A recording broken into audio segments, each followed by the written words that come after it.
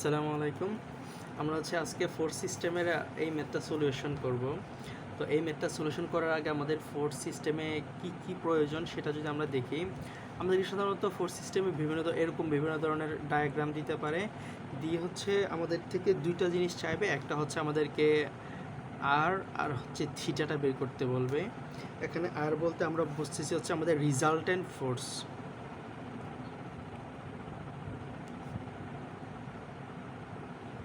রিজাল্টেন্ট ফোর্সটা বলতে বোঝাচ্ছে আমাদের এই যে এতগুলো লোড আছে, সবগুলো লোড কোন একটা অক্ষ বরাবর কাজ করবে, সেই জিনিসটা আমাদেরকে আইডেন্টিফাই করতে হবে।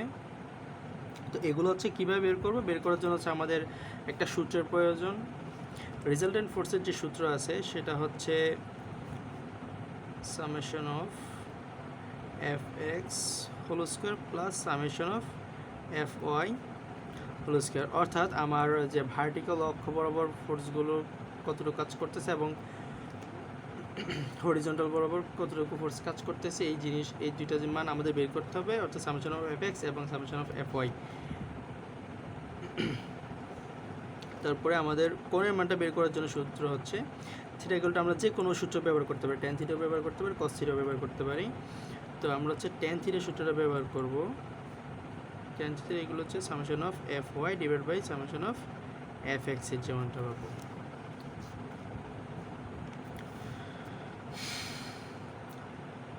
আমরা যদি এখন এই ম্যাথটা যদি আমরা সলিউশন করতে যাই, আমাদের প্রথমে দেখে নিতে হবে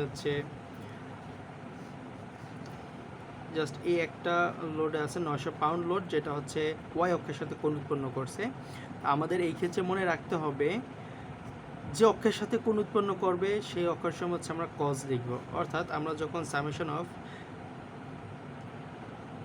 এফ এক্স লিখব, তখন এফ এক্সের সাথে যদি কোণ উৎপন্ন করে, এক্স অক্ষের সাথে যদি কোণ উৎপন্ন করে, তখন আমরা সেটাকে কস থিটা লিখব। ম্যাথ করার সুবিধার্থে আমরা প্রথমে সামেশন অফ এফ এক্স এবং সামেশন অফ এফ ওয়াই দুইটাই একসাথে লিখে নিব। এই ক্ষেত্রে তাহলে আমাদের একটু সুবিধা হবে। সুবিধাটা এরকম, আমরা প্রথমে ডান দিক থেকে প্রথম লোডটা থেকে শুরু করব। প্রথম লোডটা যদি দেখি সেটা 500 পাউন্ড লোড আছে। আমাদের এক্ষেত্রে একটা জিনিস মনে রাখতে হবে, যদি কোনো লোড একদম অ্যাক্সিস বরাবর থাকে, যেটা কোনো কোণ উৎপন্ন করে একদম অ্যাক্সিস বরাবর আছে, সেটা শুধু আমাদের ওই অক্ষের সময় হিসাব হবে, অন্য কোনো অক্ষে এটা হিসাব হবে না। যেমন এখানে আমরা দেখতে পাচ্ছি আমাদের যে 500 পাউন্ডের যে লোডটা আছে সেটা শুধু এক্স অক্ষ বরাবর সরাসরি কাজ করতেছে, এক্স অক্ষের পজিটিভ দিক বরাবর।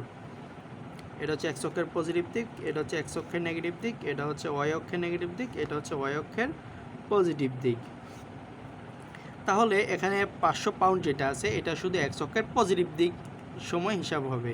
আবার এইখানে একটা লোড আছে যেটা ওয়াই অক্ষের নেগেটিভ দিক বরাবর আছে, এটাও সেমভাবে এফ এক্সের সময় কোনো হিসাব হবে না, সরাসরি এফ ওয়াই আমরা যখন লিখব তখন এফ ওয়াই সময় এটা হিসাব হবে।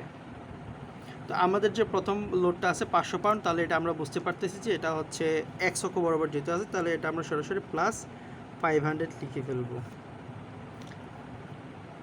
এর পরবর্তী যে লোডটা আছে তাহলে আমাদের 500 লোডের কাজ শেষ, এটার ধরার প্রয়োজন নাই, তাহলে আমাদের এই লোডটা টোটালি ভ্যানিশ। এখন আছে আমাদের 600 পাউন্ড লোড।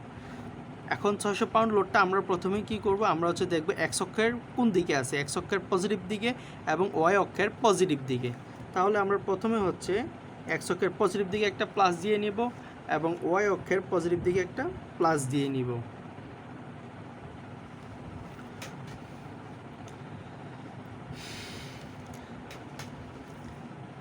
তারপর আমার যে লোডটা আছে 600, আমি উভয় পক্ষে 600 লিখব। 600 লিখলাম। লেখার পর এখন দেখি কোনটা কার সাথে উৎপন্ন করছে, এই 60 ডিগ্রি কোনটা উৎপন্ন করছে এক্স অক্ষের সাথে।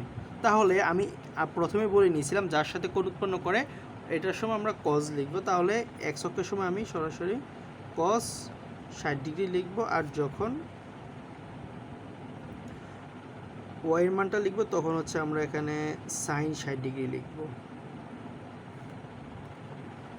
তাহলে আমাদের এই 600 পাউন্ড এই লোডের কাজও আমাদের টোটালি ভ্যানিশ, শেষ। আমাদের পরবর্তী লোডটা এখানে 700 পাউন্ড। 700 পাউন্ড লোডটা যদি আমরা দেখি, তাহলে এটা প্রথমে আমাদেরকে দেখে নিতে হবে এটা কোন অক্ষের সাথে আছে। এক্স অক্ষের পজিটিভ দিকের সাথে নাকি নেগেটিভ দিকের সাথে। আমরা যদি দেখি যে এখানে এক্স অক্ষের নেগেটিভ দিকের সাথে আছে, তাহলে এক্স অক্ষের ক্ষেত্রে আমি নেগেটিভ চিহ্ন দিব।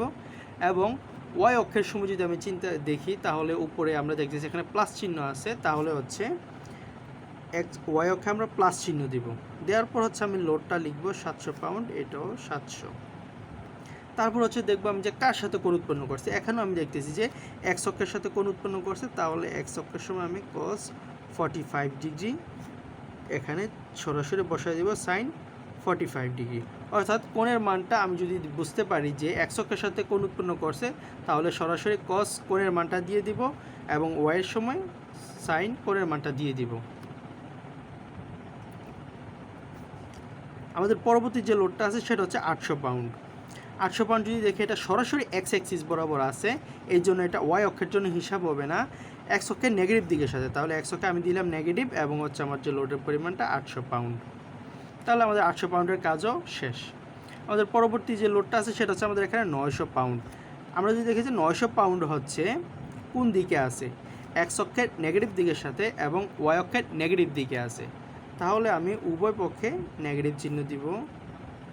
দেওয়ার পর আমি লোডের পরিমাণটা হিসাব করব 900, এখানেও 900। এখন যদি দেখি কোনটা কার সাথে উৎপন্ন করছে, এই ক্ষেত্রে সেই কোনটা উৎপন্ন করছে আমার ওয়াই অক্ষের সাথে। তাহলে সেই প্রথম কথার মতোই, যেহেতু সে ওয়াই অক্ষের সাথে কোণ উৎপন্ন করছে, তাহলে আমি ওয়াই অক্ষের সাথে cos লিখব, cos 60 ডিগ্রি। আর যেহেতু নিচেরটা cos লিখছি, উপরেরটা অবশ্যই আমার এখানে sin 60 ডিগ্রি হয়ে যাবে।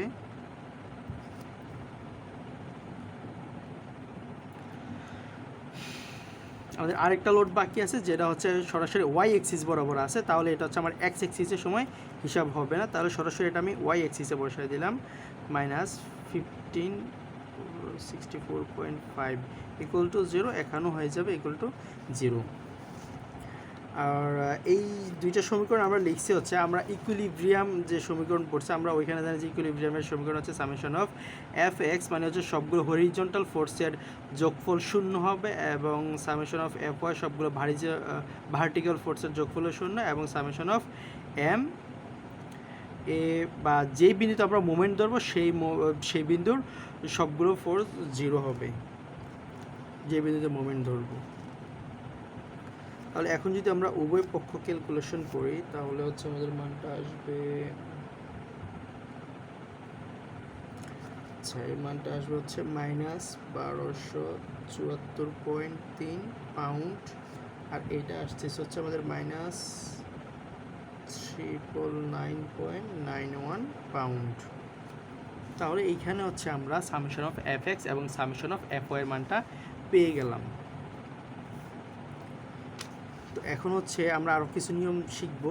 এর আগে হচ্ছে আমরা আমাদের আনসার দুটো বের করি, যেহেতু আমাদের কাছে রিজাল্টেন্ট ফোর্স এবং হচ্ছে আমাদের কোণের মানটা বের করতে বলছে। তো রিজাল্টেন্ট ফোর্স বের করার জন্য আমাদের সূত্র যেটা আছে, আমরা জানি যে r = summation of fx whole square এবং summation of fy whole square. তাহলে summation of fx এর আমার যে মানটা আছে, আমি এটা বসাই দিব, -1274.3 হোল স্কোয়ার প্লাস -399.91 স্কোয়ার। আমি যদি এটা ক্যালকুলেশন করি, আমার রিজাল্টেন্ট ফোর্সের মানটা আসবে হচ্ছে 1619.77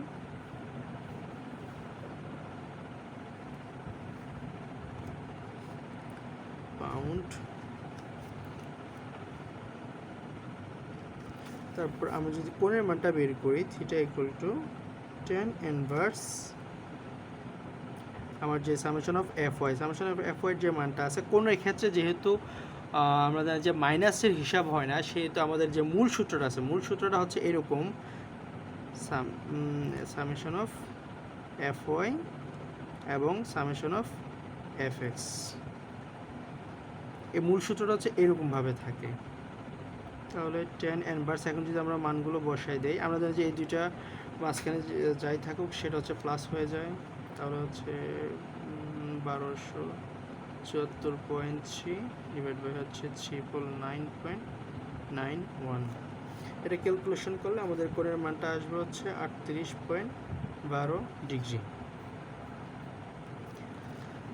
কোণের মানটা বের করার পর এখন আমাদের যে আরেকটু কাজ বাকি আছে সেটা হচ্ছে আমাদের কোনটা কার সাথে উৎপন্ন করছে সেই জিনিস হচ্ছে আমরা দেখাই দিতে হবে।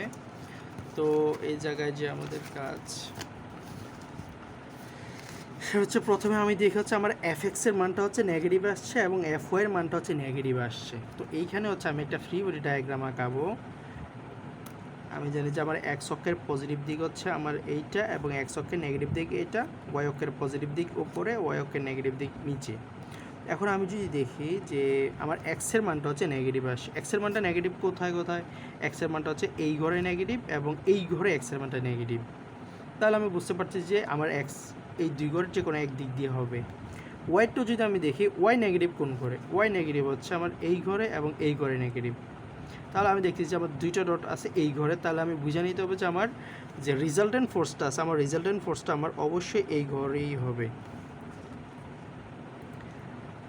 তাহলে আমি যে এক্স অক্ষ বরাবর যে মানটা পাইছি, আমার এক্স অক্ষের মানটা ছিল হচ্ছে এই নেগেটিভ দিকের সাথে 1274.3।